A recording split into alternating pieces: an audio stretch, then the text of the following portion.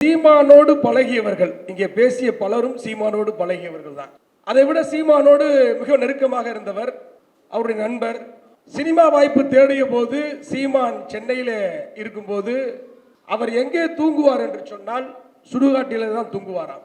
அதுல சுவாரஸ்யம் என்னன்னா, இந்த நடிகை இங்கே தான் புதைச்சாங்கன்னு சொன்னா அந்த நடிகையோட கல்லறை மேல படுத்துக்கிட்டு அந்த நடிகையோடய படுத்த மாதிரி இருக்கு அப்படின்னு வெளிப்படையா பேசுவாராம். அப்ப இவ்வளவு கேவலமா பேசக்கூடிய ஒரு நபரை பாலியல் குற்றவாளி என்று சொல்லாமல் எப்படி சொல்ல முடியும்? இன்னும் ஒருபடி மேலே சொல்ல வேண்டும் என்று சொன்னால், சமீபத்தில் கூட ஊடகங்களுக்கு முன்பாகவே நான் என்ன குச்சியில் இருந்த பொண்ணை தூக்கிட்டு போயா ரேப் பண்ண, என்ன குச்சியில் இருந்த பொண்ணை தூக்கிட்டு போனது மாதிரி சொல்லிக்கிட்டு இருக்கீங்க.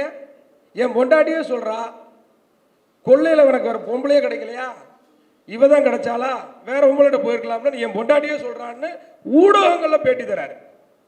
அப்ப எனக்கு முன்பாக பேசிய பெரியாரிஸ்ட் தோழர்கள் ஏன் இவ்வளவு மோசமாக பேச வேண்டிய சூழல் ஏற்பட்டிருக்குன்னா, அவன் அவ்வளவு மோசமான நபர். சீமான் எனும் பொறுக்கி, பாலியல் பொறுக்கி அவ்வளவு கேவலமான நபர்.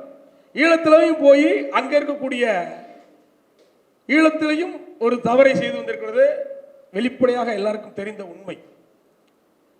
இன்றைக்கு தமிழ் தேசிய தந்தை பெரியார் அவர்களை மிகவும் கொச்சையாக, இழிவாக திராவிட இயக்க சுவற்றை பிராமண கடற்படையால் இடிப்பேன்னு இன்னைக்கு பேசுறான்.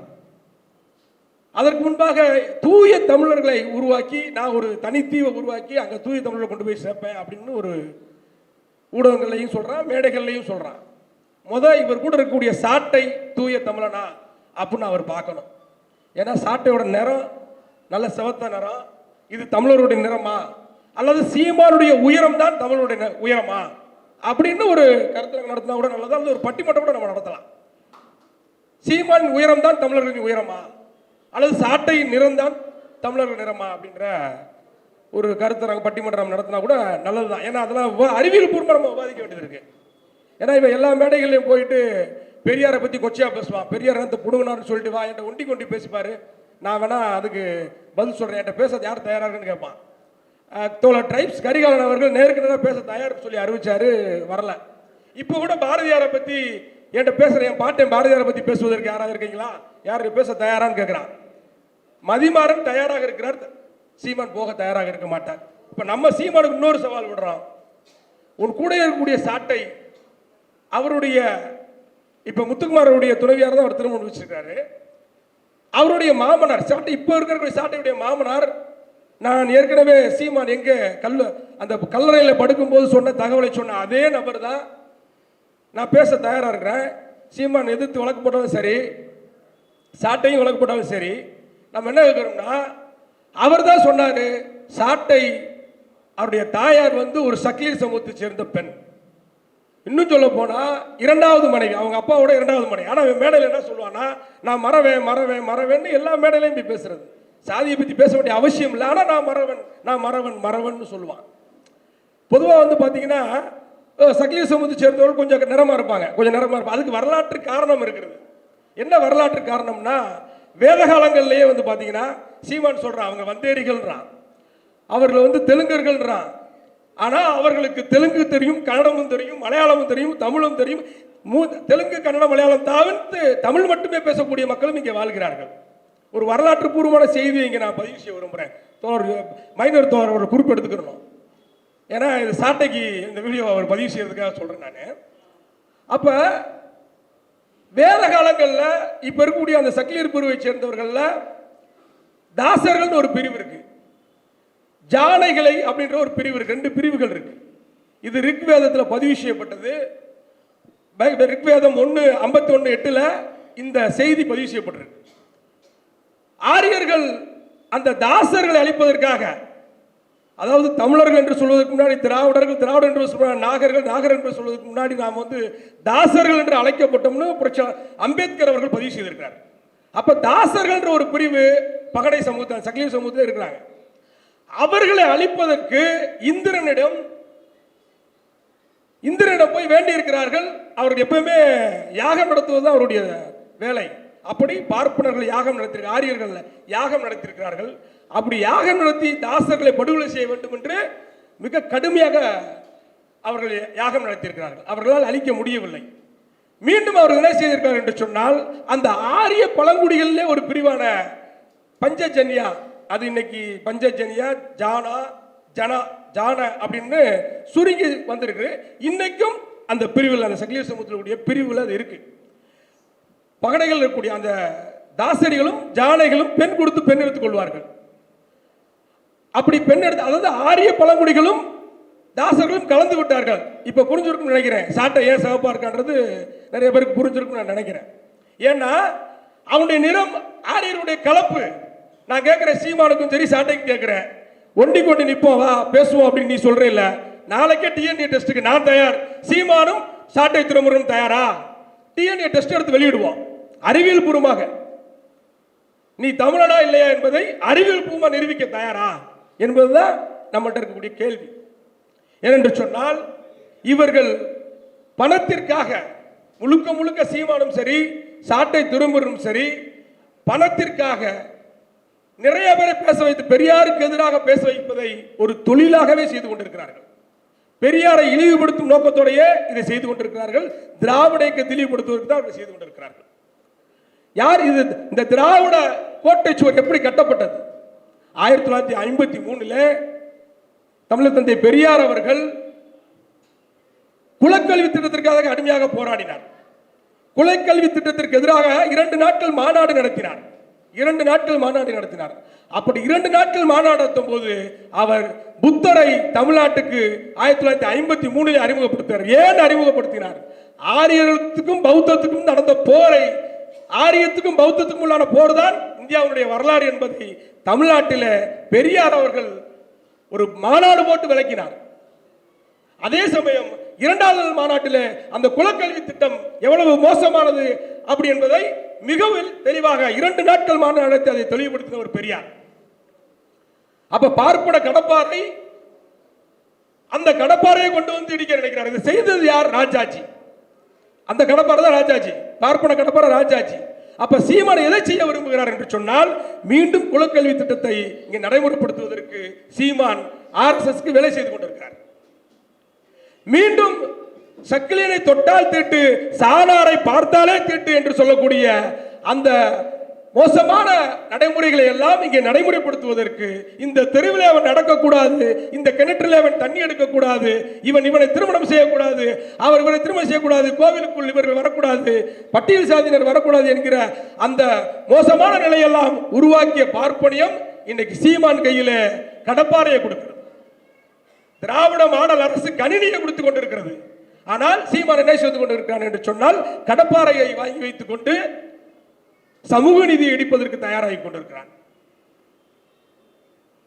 ஒரு பாலியல் பொறுக்கி தமிழ்நாட்டில் தமிழ் தேசிய தந்தை 60 ஆண்டுகளுக்கு மேலாக தமிழ்நாட்டில் இருக்கக்கூடிய பகுத்தறிவாக இருக்கட்டும், மூடநம்பிக்கை ஒழிப்பா இருக்கட்டும், சாதி ஒழிப்பா இருக்கட்டும், சனாதன எதிர்ப்பா இருக்கட்டும், இதையெல்லாம் தன்னுடைய வாழ்நாள் முழுவதும் தன்னுடைய உயிர் போகும் வரை செய்த ஒரு தமிழ் தேசிய தந்தையை, தமிழ் தேசிய தந்தை தான் பெரியார்.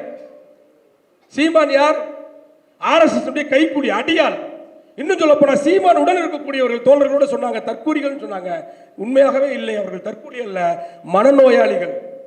என்ன சொன்னாலும் கை தட்டுறான், என்ன சொன்னாலும் கை தட்டுறான். தோழர்கள் சொன்னாங்கல்ல, ஆமாவோட திருப்பி போட்டு அதுல போயிடலாம், அதுக்கும் கை தட்டுறான். பிராமண கடப்பாறை கொண்டு இடிப்பு அதுக்கும் கை தட்டுறான்.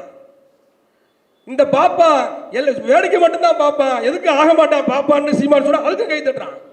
அப்ப இவர்கள் யார் என்று சொன்னால் தற்கூரிகள் எல்லாம் அல்ல, சீமான் அவர்களை மனநோயாளிகளாக உருவாக்கி வைத்திருக்கிறார். உண்மையிலே மனநோயாளிகளாக உருவாக்கி வைத்திருக்கிறார். அப்படி மனநோயாளிகளாக திராவிட இயக்கத்திற்கு எதிராக, தமிழர் தந்தை பெரியார்களுக்கு எதிராக, திமுக திராவிட முன்னேற்றத்துடைய முன்னாள் தலைவர் கலைஞர் அவர்களுக்கு எதிராக ஒரு பொய்யை சொல்லி சொல்லி சொல்லி சொல்லி ஒரு மனநிலையை இன்னைக்கு ஒரு மைண்ட் செட்டப்பை அவர்கள் உருவாக்கி வைத்திருக்கிறார்கள். இதெல்லாம் பார்ப்பனியம் ஏற்கனவே செய்தது, பார்ப்பன ஊடகங்கள் செய்தது. பார்ப்பன ஊடகங்கள் செய்ததை தான் இன்னைக்கு சீமான் செய்து கொண்டிருக்கிறார். எந்த நோக்கத்திற்காக செய்து கொண்டிருக்கிறார் என்று சொன்னால், பார்ப்பனர்கள் மீண்டும் இங்கே வட மாநிலங்களைப் போல கலவரம் செய்வதற்கு, வட மாநிலங்களைப் போல நம்மை அடிமைப்படுத்துவதற்கு, வட மாநிலங்களைப் போல அவர்கள் ஆட்சியில் அமர்வதற்கு இந்த வேலைகள் எல்லாம் செய்து கொண்டிருக்கிறார்கள். இன்னைக்கு இஸ்லாமிய பெண்கள் இஸ்லாமிய அடையாளத்தோடு இன்னைக்கு வந்து பாத்தீங்கன்னா இஸ்லாமிய பெண்களை பேச வைக்கிறான். என்ன நோக்கம்?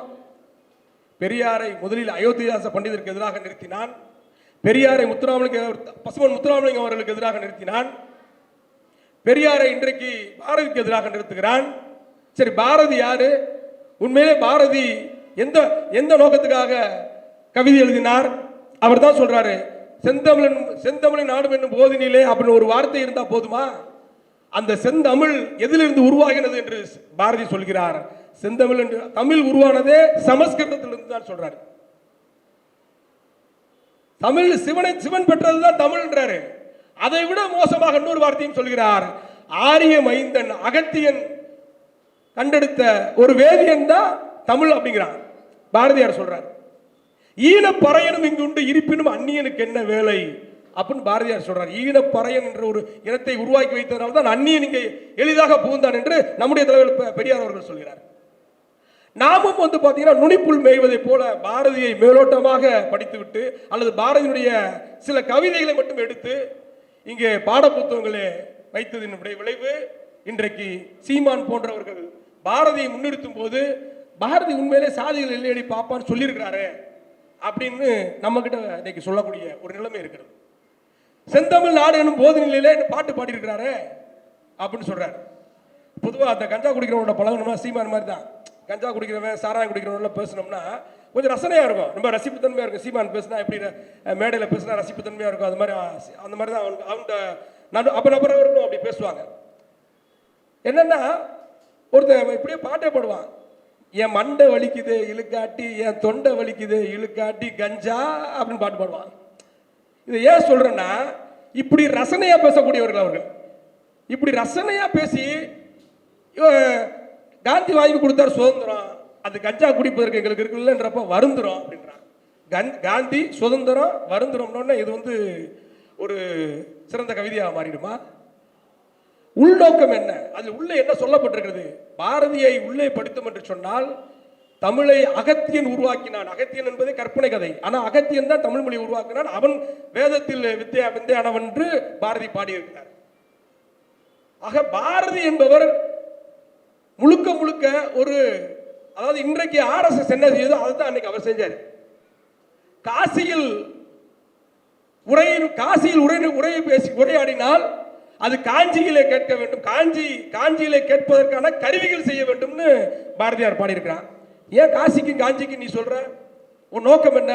காஷ்மீர் முதல் கன்னியாகுமரி வரை என்றுதான் நாம் கேள்விப்பட்டிருக்கோம், பேசிட்டு இருக்கிறோம். அதுதான் பொதுவாக எல்லாரும் பேசக்கூடியது. நீ காசியவும் காஞ்சியும் ஏன் சொல்ற? காஞ்சி என்பது சங்கரமடம். காசி என்பது இன்னைக்கு என்ன செய்யறாரு மோடி? இன்னைக்கு என்ன செய்யறாரு?